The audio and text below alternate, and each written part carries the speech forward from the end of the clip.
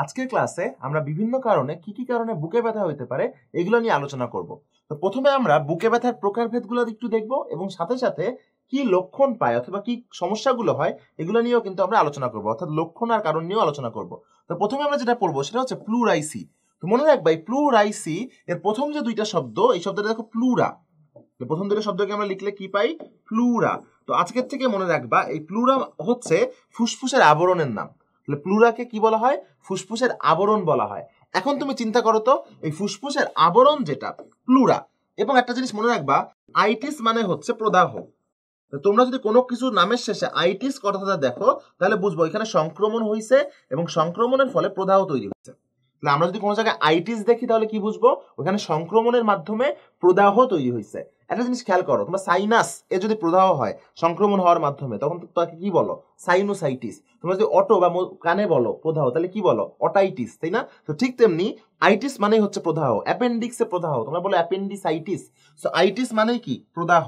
খেয়াল করো তো, প্লুরা বা ফুসফুসের আবরণে প্রদাহ, এটাকে আমরা কি বলবো? এটাকে আমরা বলবো হচ্ছে প্লুরাইটিস। ফুসফুসের আবরণে প্রদাহ, তাহলে প্লুরাই প্রদাহ, ফ্লুরাইটিস বা প্লুরাইটিস। এখন আসো, এই প্লুরাইটিসের কারণে বুকে ব্যথা হয় না? এই যে বুকে ব্যথা হয় এটার নাম হচ্ছে প্লুরাইসি। প্লুরাইসি আর প্লুরাইটিসের মধ্যে পার্থক্য কি? প্লুরাই সংক্রমণের কারণে প্রদাহ, এটা প্লুরাইটিস। আর প্লুরাইটিসের কারণে বুকে ব্যথা, এটা হচ্ছে প্লুরাইসি। ক্লিয়ার? এরপর আসো নিউমোনিয়া। তো আমরা জানি নিউমোনিয়াটা হচ্ছে ফুসফুসে হয়, এবং নিউমোনিয়া ফুসফুসে তখনই হবে যখন ফুসফুসে ব্যাকটেরিয়া আক্রমণ করবে। কে আক্রমণ করবে? ব্যাকটেরিয়া। তাহলে এক কথায় বলতে গেলে ফুসফুসের যে ব্যাকটেরিয়াল সংক্রমণটা, এই ব্যাকটেরিয়াল সংক্রমণটাকেই কিন্তু বলা হবে নিউমোনিয়া। বাট প্লুরাইসের ক্ষেত্রে কিন্তু ফুসফুসের যে আবরণটা আছে ওই আবরণে কিন্তু তোমার ভাইরাস সংক্রমণ করেছিল। বাট নিউমোনিয়ার ক্ষেত্রে অবশ্যই কে সংক্রমণ করবে? ব্যাকটেরিয়া সংক্রমণ করবে। সো এই ক্ষেত্রে দেখা যাবে তোমার বিভিন্ন প্লুরাল যন্ত্রণা হবে। প্লুরাল যন্ত্রণা বলতে বোঝাচ্ছে ফুসফুসের যে আবরণ, ওই আবরণগুলা থেকে যে যন্ত্রণাটা আসবে এটা কিন্তু বুকে একটা যন্ত্রণা সৃষ্টি করবে। এরপর আসো পালমোনারি এম্বোলিজম। মনে রাখবে আজকের থেকে পালমোনারি মানেই হচ্ছে ফুসফুস। বলো পালমোনারি মানেই কি? পালমোনারি মানেই হচ্ছে ফুসফুস। তাহলে পালমোনারি এম্বোলিজম মানে কি? শ্রোণীদেশ বা নিম্নাঙ্গে শিরা থেকে রক্ত জমাট যদি বেঁধে যায় বা জমাট রক্ত যদি ফুসফুসে প্রবেশ করে তখন পালমোনারি ইনফার্কশন সৃষ্টি হয়। তোমরা যখন মায়োকার্ডিয়াল ইনফার্কশন পড়ছো না, মায়োকার্ডিয়াল ইনফার্কশন হার্ট অ্যাটাকের সময়, তো ঠিক তেমনি পালমোনারি ইনফার্কশনও কিন্তু তৈরি হয়, ফুসফুসেও এই প্রবলেমটা তৈরি হয়। তখন কিন্তু তীব্র বুকে ব্যথা এবং কাশি অনুভূত হয়। আলটিমেটলি পালমোনারি এম্বোলিজমটা হচ্ছে কিন্তু তোমার শ্রোণীদেশ বা নিম্নাঙ্গের শিরা থেকে জমাট রক্ত যদি কোনো কারণে ফুসফুসে চলে যায় তখন। এরপর আমরা যেটা শিখবো সেটা হচ্ছে কস্ট্রোকন্ড্রাইটিস। তো কস্ট্রোকন্ড্রাইটিস কি জিনিস? মনে রাখবা এই কষ্ট, এই কথাটা আসছে আসলে কোষ্ঠ থেকে, COSTO। এই কোষ্ঠ মানেই হচ্ছে পরশুকা। আজকের থেকে সারা জীবন আমরা কি মনে রাখবো? কোষ্ঠ মানেই হচ্ছে পরশুকা। তো কোন জায়গায় আমরা কোষ্ঠ কথাটা দেখলে কি বুঝবো? এটা মানেই পরশুকা। তোমরা পরশুকার যেমন ইংরেজি নাম জানো রিপস, RIBS, রিপস। এই রিপস মানে যেমন পরশুকা, ঠিক তেমনি কোষ্ঠ মানেও কিন্তু পরশুকা। তাহলে কোষ্ঠ কন্ড্রাইটিস, এই কন্ড্রাইটিস কথাটা কোত্থেকে আসছে? মনে রাখবা তরুণাস্থিকে বলা হয় কি বলতো? তরুণাস্থিকে কি বলা হয়? কন্ড্রোসাইট। তাহলে তরুণাস্থির থেকে আসছে কন্ড্রাইটিস। তাহলে কোষ্ঠ কন্ড্রাইটিস মানে কয়টা জিনিসের প্রদাহ হবে? দুই জায়গায়, পরশুকা এবং বক্ষাস্থির যে তরুণাস্থি আছে এর সংযোগস্থলে কিন্তু প্রদাহ হবে। নাম দেখে আমরা বুঝতে পারবো কষ্ট কন্ড্রাইটিস। কষ্ট থেকে বুঝবো কোথায়? পরশুকায়।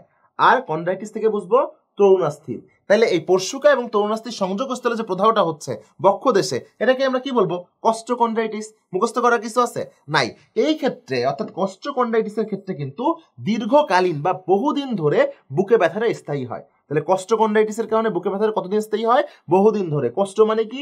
পরশুকা। কন্ড্রাইটিস কথাটা কি থেকে আসছে? কন্ড্রোসাইট থেকে আসছে। তাহলে পরশুকা এবং বক্ষদেশের যে কন্ড্রোসাইট অর্থাৎ তরুণাস্থি এর যে সংযোগস্থলে যদি প্রদাহ হয় তখন যে বুকে ব্যথাটা হবে তার নামকে আমরা বলবো কস্ট্রোকন্ড্রাইটিস।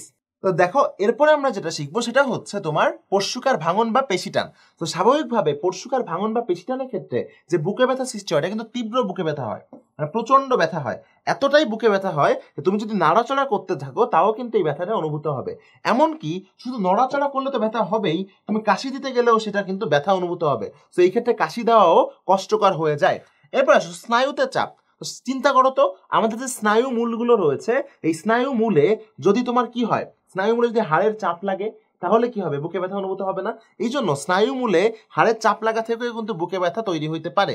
এই ক্ষেত্রে বুক এবং ঊর্ধ্ববাহুতে ব্যথা হয়। কোথায় কোথায়? বুক এবং ঊর্ধ্ববাহুতে ব্যথা হয়। এরপরে যেটা আমরা পড়বো সেটা হচ্ছে পিত্ত পাথুরি। তো তোমরা পিত্তপাথড়ী নাম শুনেই বুঝতেছো পিত্তথলিতে পাথর হবে। তাহলে পিত্তপাথড়ী মানে কি? পিত্তথলিতে পাথর। তাহলে যখন এই পিত্তথলিতে পাথর হয় তখন কিন্তু বুক, পিঠ, এমনকি উদরের উপরের অংশে ব্যথা হবে। যখন পিত্তথলিতে পাথর হবে তখন বুক, পিঠ, এমনকি উদরের উপরের দিকে যে অংশটা আছে এই অংশটাকেও কিন্তু পাথর দেখা দিবে। একদম লাস্টেরটা যদি আমরা চিন্তা করি তাহলে দুশ্চিন্তা এবং আতঙ্কগ্রস্ত হওয়ার মাধ্যমে। তো দুশ্চিন্তা, অবসন্নতা ও আতঙ্কগ্রস্ত হলে কয়েক মিনিট থেকে কয়েক দিন কিন্তু বুকে ব্যথা হইতে পারে। তো অনেক সময় আমরা মজা করে বলি না যে যদি দুশ্চিন্তা করি তাহলে আমার প্রচুর বুকে তীব্র ব্যথা অনুভূত হচ্ছে, কথাটা কিন্তু ভুল না। দুশ্চিন্তা বা অবসাদগ্রস্ততা থেকেও কিন্তু আলটিমেটলি বুকে ব্যথা হতে পারে এবং এই ব্যথা কয়েকদিন ধরে কিন্তু তোমার স্থায়ী হইতে পারে।